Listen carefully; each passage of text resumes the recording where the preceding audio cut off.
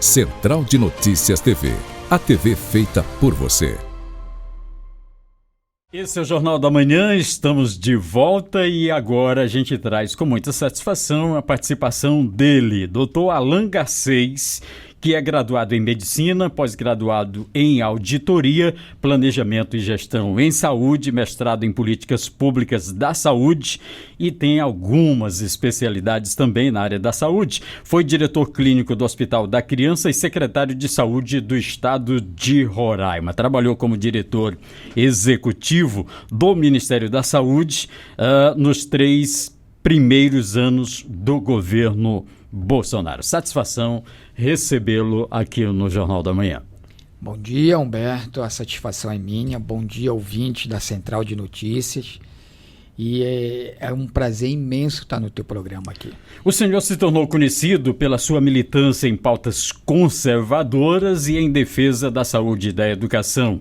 Como surgiu esse desejo de militar na política justamente com essas pautas?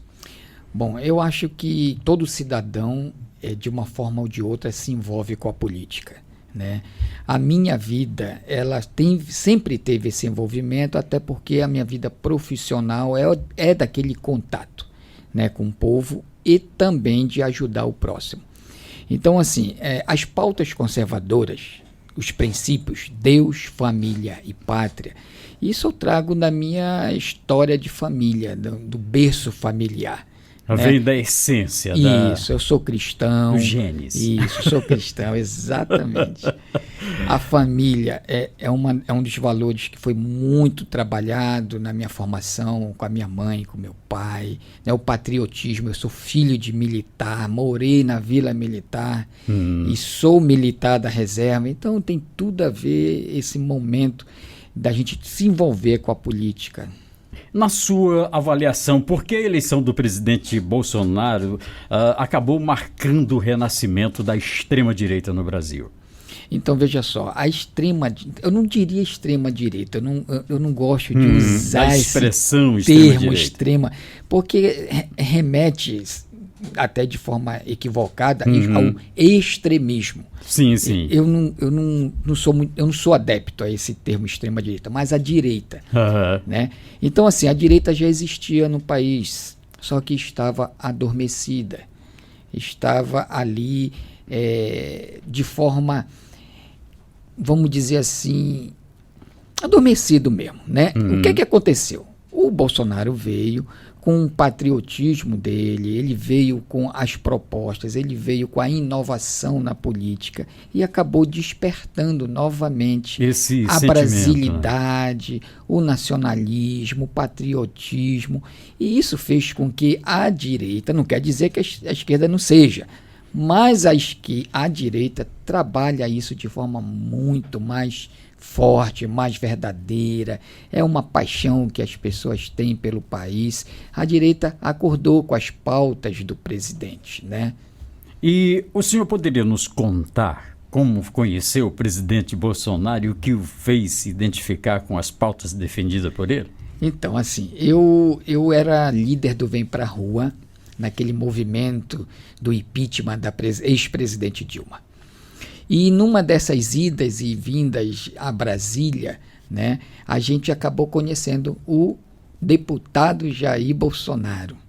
E nesse momento, isso por volta de 2014, 2015, e a gente acabou fazendo uma amizade. E essa amizade continuou, né, até alguns meses atrás, e somos amigos ainda, na verdade, mas eu saí do ministério alguns meses atrás para sair candidato a deputado federal. Então, nesse período que eu conheci o presidente, eu conheci também a família, né? O Eduardo Bolsonaro, onde a gente estreitou muito mais a relação. E veio a campanha. Na campanha, eu fui convidado para participar da campanha do presidente.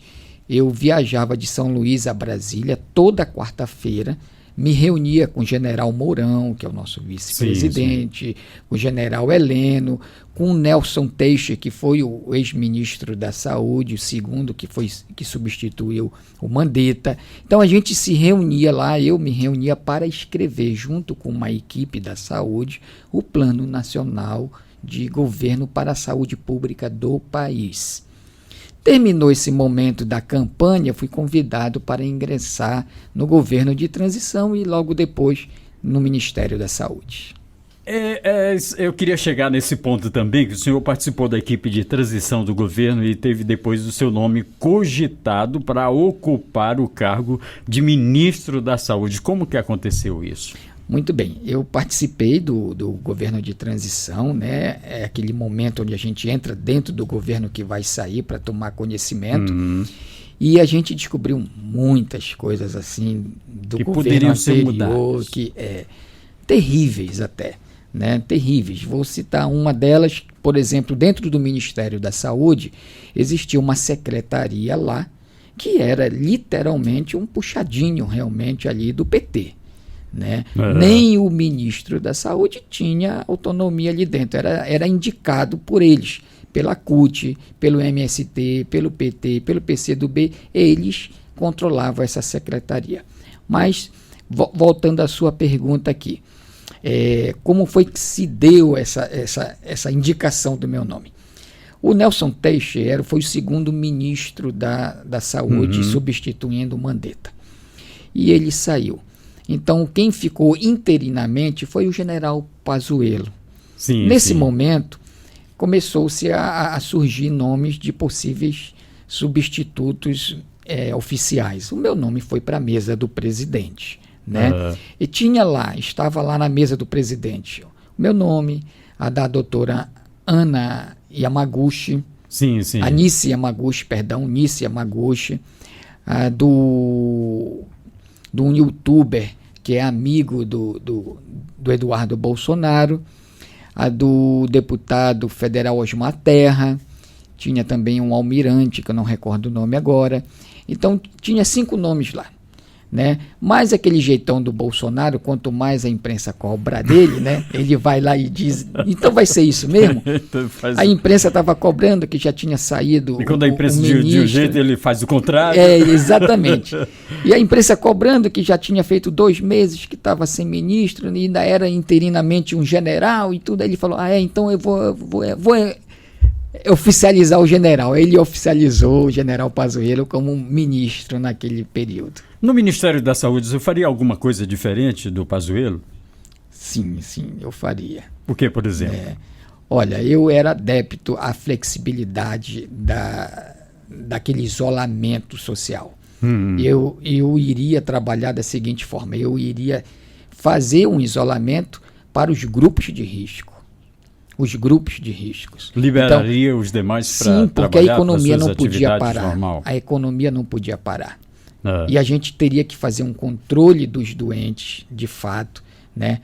Então, assim, eu achei, no meu entender, que a gente poderia ter sido muito mais ativo nesse momento. Né? Sim.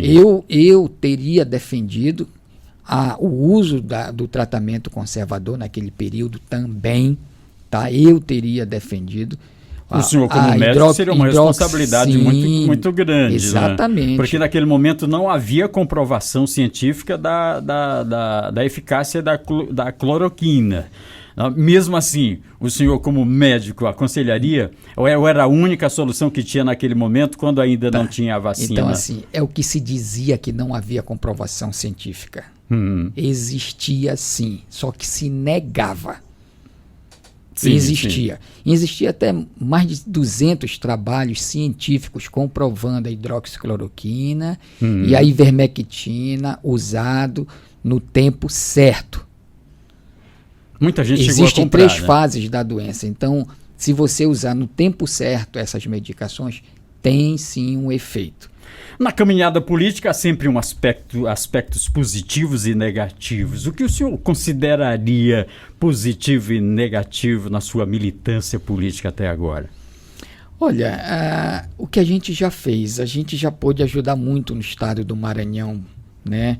Na época que eu estava como diretor executivo, a gente trouxe aqui investimentos para o Maranhão no sentido de promover políticas públicas. Nós trouxemos também uma frota de carros que foi distribuído para os municípios para a vigilância sanitária. né? Então as políticas públicas foram trabalhadas. Como ponto negativo, eu dizia assim, a perseguição. Eu sofri muita perseguição aqui quando eu me envolvi na política e comecei a defender meus ideais. Nisso eu tenho orgulho e nisso eu nunca fugi da luta. Não desviaria. Não desvio, nunca desviei. Não é uma questão de orgulho, aquele orgulho leviano, mas sim. Uma questão de se orgulhar da história que a gente constrói. Olha, é evidente que a população continua com uma visão bastante negativa da classe política como um todo. A gente pode até se afirmar que há hoje uma espécie de ausência, uma lacuna de referências positivas na área da política. Na sua opinião, o que precisa ser feito para despertar a consciência do dever cívico, do patriotismo genuíno no povo brasileiro? Olha, eu diria para ti o seguinte, que tudo começa pela educação, pela base. É na escola, como é também na vida a base que é dentro da família. Então a gente começa... A célula mãe da sociedade. Da mater, né? Então a gente começa na família e aí é responsabilidade de cada pai passar para seus filhos. Mas na escola é aonde a gente coloca o patriotismo, o civismo. Então, disciplinas que a gente possa retornar ao que a gente já teve, né? E a gente colocar esses valores. Precisamos colocar bons valores em princípios. Ok, o nosso tempo está se esgotando, mas eu não poderia deixar de perguntar ao doutor Alain por que o povo maranhense deve depositar um voto de confiança no senhor. Exatamente, excelente pergunta. Deve depositar o voto de confiança no Dr. Alain, porque é uma pessoa séria, um pai de família, um cristão, uma pessoa que sempre defendeu os bons valores e os bons princípios, que não pensa em si, mas pensa no coletivo, pensa no próximo.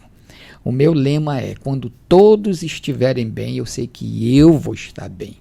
Então o trabalho importante que eu quero deixar é um legado de melhorias na sua condição de vida para o povo maranhense que me conhece. O senhor está concorrendo pelo PP?